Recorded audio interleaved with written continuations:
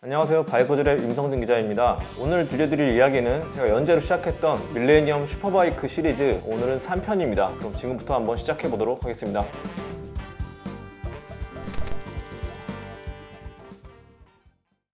90년대 슈퍼바이크 시장을 리드하던 혼다 CBR900R의 맞수로 등장한 야마하 YZF 아러니언 1리터급 슈퍼바이크 시장. 그 후 자사의 기술력을 모두 동원한 슈퍼바이크의 각축전. 2004년에 등장한 CBR900R의 업그레이드 모델 CBR1000R의 등장. 그리고 마력대 중량비 1대1을 달성한 최초의 양산 슈퍼바이크 YZF R1까지. 지난 시간까지 들려드렸던 이야기는 여기까지였습니다. 일본 4대 브랜드 중 시장 장악력은 혼다가 탑이었고 그 다음이 야마하였습니다. 하지만 규모를 떠나서 기술력 자체로도 승부할 수 있었던 슈퍼스포츠 시장은 스즈키와 가와사키에게도 좋은 기회가 됐습니다.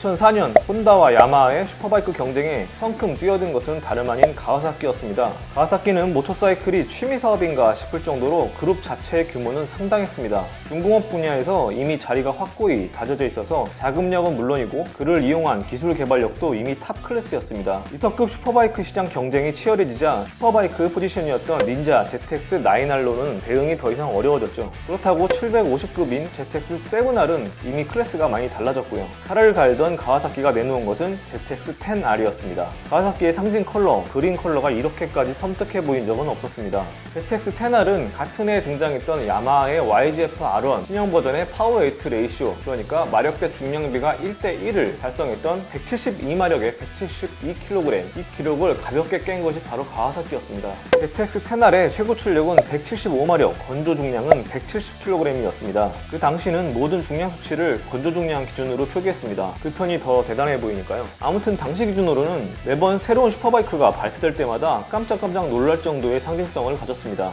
지금은 없어졌지만 당시 서울권 라이더들에게는 남산 김구동성 앞에 매점 앞에서 라이더들끼리 수다를 떠는 것이 보통이었는데요. 야, 이번에 새로 나온 신형 ZX10R 봤어? 알처음보다 더 세다던데? 미친 거 아니야? 이런 식의 농담이 아주 흔했습니다. 당시 라이더들 사이에서는 슈퍼스포츠가 곧 트렌드였기 때문에 이런 식으로 몇 마력이니 몇 킬로그램이니 푹신각신 다투는 것이 낙이었습니다. 아무튼 다시 돌아와서 가와사키의 야심작 ZX10R은 공룡 뼈대같이 생긴 튼실한 트윈스팍 프레임, 그리고 날카로운 인상의 에어로다이내믹 디자인 카울, 그리고 특히 하늘 높은 줄 모르고 치솟은 사이드업 하이마운트 머플러가 상징적이었습니다. 당시 GP레이서 분위기가 물씬 나는 언더테일 머플러 스타일이 유행이었는데 닌자의 스타일은 상남자 같은 기계미가 넘치는 터프한 인상을 주어서 역시 남자는 가와사키라며 환호했던 것이 기억이 납니다. 가와사키가 이렇게 나왔다면 바로 반응할 메이커는 어딜까요? 이게 좀 흐름을 아시겠죠? 바로 스즈키였습니다. 스즈키가 신형 GSX R1000을 바로 발표하는데요. 점점 더 미쳐가는 슈퍼바이크 시장에 스즈키가 내놓은 신차는 과연 어떤 모델이었을까요? 네, 바로 더 미쳐버린 신형 R1000은 가와사키 스펙을 한 번 더 뛰어넘습니다. 178마력에 166kg. 네, 그렇습니다. 갈 때까지 간 거죠. 등푸른 고등어 색상을 닮은 신형 GSX R1000은 그야말로 미친 스즈키라고 불렸던 GSX R750, 우리가 흔히 슬레드라고 불렀던 그 모델의 명성을 잇기에는 충분했습니다. 참고로 슬레드라는 이름은 GSX R750 리어카울에 써있던 SRAD, 즉 스즈키 램에어 다이렉트, 이 시스템을 약자로 표기해 놓은 게 슬레드, 스라드 이런 식으로 익히면서 곧 예명이 됐던 거죠. 이 시스템은 고속에서 주행풍을 이용해서 최고 출력을 더 높이는 공기 과급 시스템이었습니다. GSX R1000이 마력대 중량비 1대1을 한참 넘어선 것이 이 당시 슈퍼바이크 스펙 경쟁의 정점이었습니다. 이 이후로는 스펙 자체의 경쟁보다는 완성도를 높이고 밸런스를 높이는 작업들이 주 메뉴였습니다. 어찌 보면 시장이 더 성숙해지는 과도기가 온 겁니다.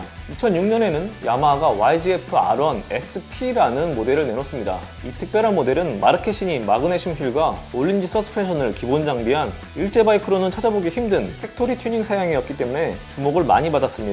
무광 블랙 카울링과 금색으로 영롱하게 빛나던 휠과 포크의 자태는 라이더들에게 시선을 뺏기에 충분했습니다. 당시에도 두카티나 MV 아구스타 같은 유럽제 슈퍼스포츠 바이크들은 대부분 기본 모델과 더불어 고급 파츠를 장비한 스페셜 사양을 함께 발매하는 게 보통이었지만, 일제 브랜드들은 보통 자사의 기술 혹은 협력관계에 있는 회사의 파츠로 엔진과 프레임, 서스펜션이나 브레이크 시스템까지 자체 개발 제작하는 경우가 대부분이었기 때문에 고성능을 갖춘 기본 차체와 고급 애프터마켓 파츠의 접목은 시장의 반이 반향을 일으켰습니다. 하지만 슈퍼바이크 경쟁에 약간 발을 늦게 들였던 가와사키는 그새를 참지 못하고 또 한 번 신형 모델을 내놓게 되는데요. 바로 2006년식 ZX 테날이 그 주인공입니다. 보시다시피 2004년에 등장했던 초경량화, 초고출력의 느낌보다는 조금 뚱뚱해지고 글래머러스한 옛날의 가와사키 이미지에 좀 더 가까운 느낌입니다. 듀얼 센터 머플러와 물방울 모양의 귀여운 페이스, 기존의 ZX 테날과 같은 수치인 174마력, 170kg의 중량을 기록합니다. 그 말은 즉 스즈키의 스펙을 깨지는 못했다는 거죠. 실제 성능도 좀 여러모로 둔해졌다는 평이 많았습니다.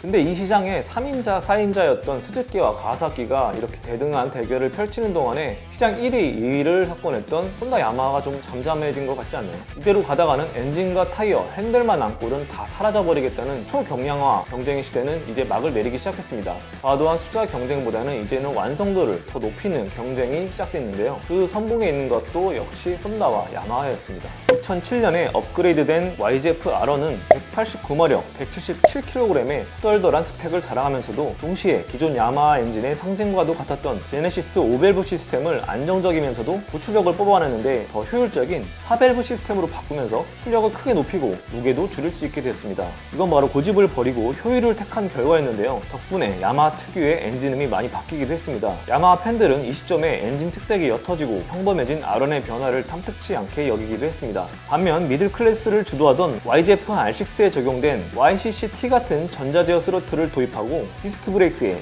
6피스톤 캘리퍼를 사용하는 등 고성능으로 똘똘 뭉친 파츠들을 대거 적용했습니다. 이같이 야마하가 떠오르면 이를 잠재우 메이커는 과연 누굴까요? 바로 혼다밖에 없죠. 2008년 혼다의 파이어블레이드가 4년간의 오랜 기다림 끝에 다시 큰 변혁을 시도합니다.